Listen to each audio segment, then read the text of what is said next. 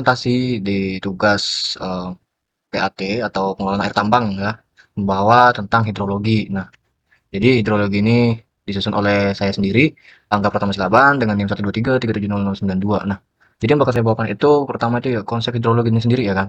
Nah, jadi konsep hidrologi tambang ini itu suatu cabang lah dari ilmu hidrologi yang fokus pada interaksi antara air dengan aktivitas pertambangan. Nah, tujuannya itu kita untuk memahami lah bagaimana air ini atau yang bisa dibilang air dalam kondisi tambang ini itu air hujan, air tanah, sama air yang ada di permukaan lah atau yang ada di pit biasanya. Ya, itu dapat mempengaruhi maupun dipengaruhi oleh kegiatan tambang tersebut. Nah, biasanya sumber air ini kita identifikasikan gitu melalui air hujan, air tanah, mata air, dan juga limpasan-limpasan air lah permukaan yang masuk ke area tambang.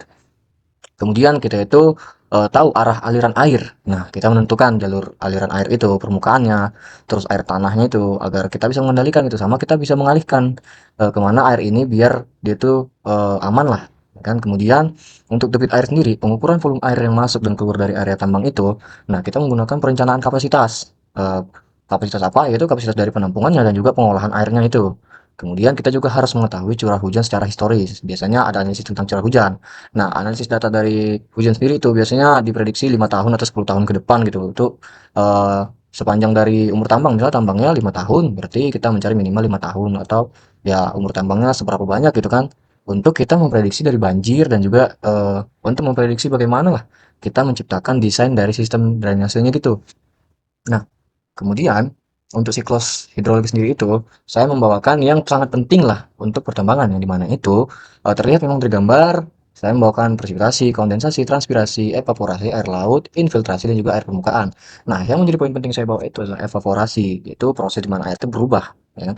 Dari bentuk cair menjadi uap, naik ke atmosfer. Nah, air yang menguap ini biasanya itu dari permukaan bumi, air danau, sungai, laut. Nah, kemudian itu transpirasi. Nah, dia itu proses penguapan air yang terjadi dari daun atau batang tanaman.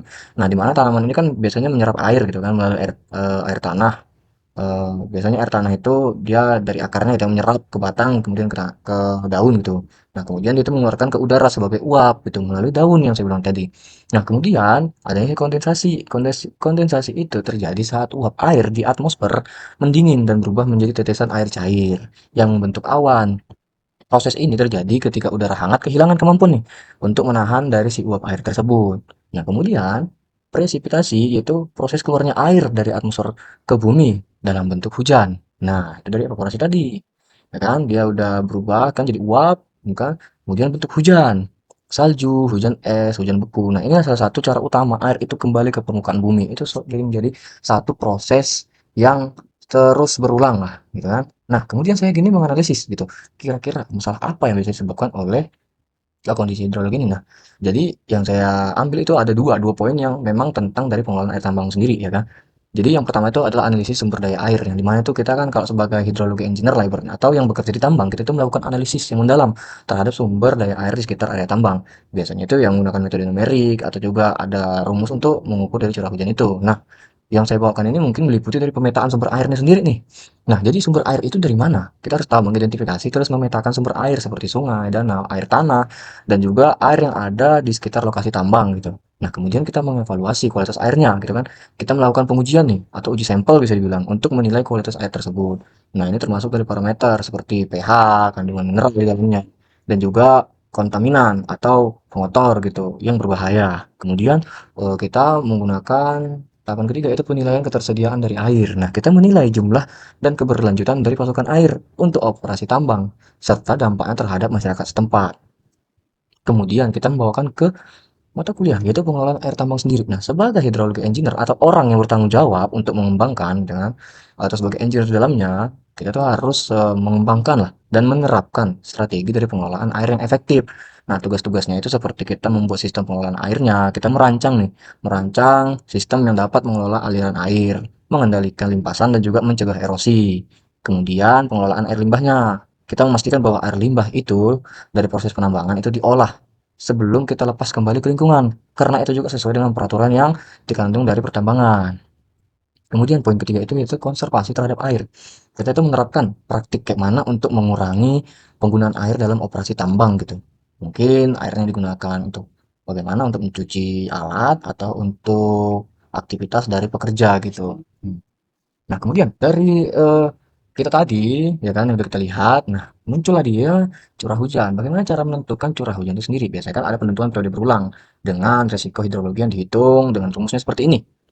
Nah, PT sama dengan satu dikurang satu dengan satu per T kecil, tutup kurung, TL. Nah, dengan keterangan PT tadi itu dari resiko hidrologi, yang dimana resiko hidrologi kita tahu itu resiko kemungkinan ada suatu kejadian yang akan terjadi gitu, minimal dari satu kali periode ulang.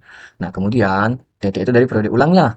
Nah, kemudian TL ini umur tambang yang kita bilang tadi di awal. Nah, kita bilang di awal gini, misalnya tambangnya dibuka sampai 5 tahun ke depan, berarti kita harus memprediksi atau menghitung menggunakan metode numerik dan sebagainya. Kemudian, untuk kajian-kajian hidrologi tambang itu ada beberapa. Nah, ini akan saya jelaskan gitu. Nah, dari yang saya ambil ini, yang pertama itu kita harus mengambil data atau kita melakukan pengumpulan data awal lah. Pengumpulan data awal itu biasanya kita itu melakukan pemetaan geologi, topografi, dan juga itu uji data hidrogeologi sebelum untuk dikaji gitu. Nah, yang kedua, survei kondisi lapangan. Nah, survei kondisi lapangan ini karena kita udah punya data awal nih kan, kita perlu mengklasifikasikan secara lanjut gitu dengan melakukan survei biar kita tahu titik-titik pasti di mana penyelidikan di lapangan itu kita dapat tetapkan atau data yang dihasilkan itu mencakup semua kebutuhan data dalam perencanaannya. Nah, kemudian yang ketiga, kita melakukan pengukuran muka air tanah.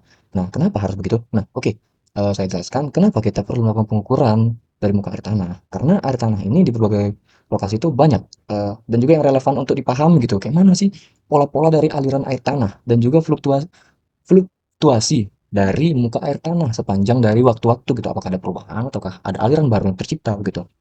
Nah, kemudian yang keempat itu kita melakukan pengambilan dan juga pengujian terhadap sampel yang kita ambil tadi ya kan. Nah, kita melakukan pengambilan sampel air tanah nih, kita bor seperti gitu kan, karena uji sampel pasti menggunakan bor ya kan.